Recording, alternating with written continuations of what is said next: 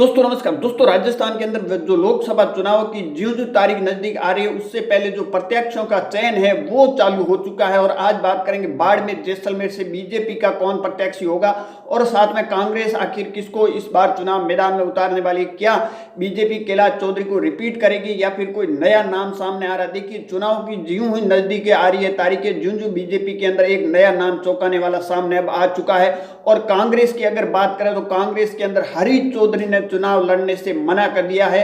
हमारे जो विश्वसनीय सूत्रों के अनुसार जानकारी मिली है कि हरीश चौधरी ने चुनाव लड़ने से मना कर दिया। हरीश चौधरी को जो पार्टी ने जिम्मेवारी दी है हरीश चौधरी का कहना है कि मैं उस पर काम करूंगा, हालांकि मैं लोकसभा का इस बार चुनाव नहीं लड़ूंगा। अब देखना होगा कि बीजेपी और कांग्रेस इस बार बाड़मेर जैसलमेर के अंदर किसको उतारेगी। क्या बाड़मेर के अंदर अगर बीजेपी की बात करें तो एक लंबी लिस्ट है। कैलाश चौधरी को रिपीट करेगी या फिर सांगाराम जांगीड़ है, स्वरूप सिंह खारा है, भेराराम चौधरी, और इन सब के बीच में एक और अब नाम जुड़ चुका है। वो नाम है रूमा देवी का, जो सबसे ज्यादा अब सोशल मीडिया हो या फिर हर प्लेटफॉर्म पे आप देखो तो रूमा देवी का नाम सबसे ज्यादा आ रहा है। बीजेपी के अंदर इस तरह के फैसले हमेशा होते हुए आपने 2014 के बाद में देखे।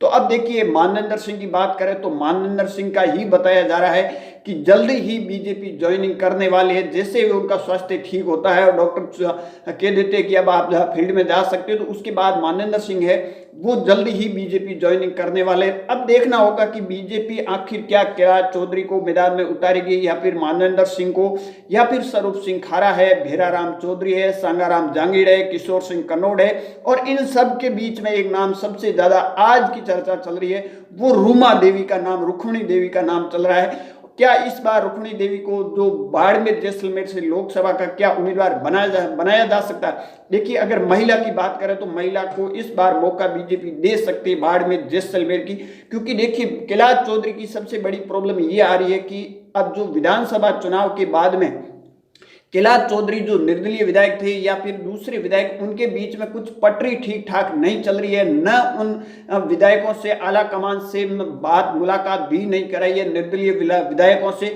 और कहीं ना कहीं आला कमान को भी ये डर सता रहा है। कहीं ना कहीं जिस तरह विधानसभा के अंदर बाड़मेर और शिव की स्थिति बनी हुई थी, और बायतू की अगर बात करें तो वहां भी आरएलपी सेकंड नंबर पर आई और बीजेपी की जो प्रत्याशी उनकी तो थर्ड नंबर पर भी धकेल दिया था। पिछली बार ये स्थिति हुई थी, इस बार भी ये, तो कहीं ना कहीं बीजेपी का जो आला कमान है वो भी इस बार फैसला लेने में थोड़ा सा कतरा रहा है। और इन सब के बीच में रुक्मिणी देवी का नाम सबसे ज्यादा चल रहा है। हो सकता है इस बार इसको टिकट मिल सकती है लोकसभा की, इस तरह की जानकारी आ रही।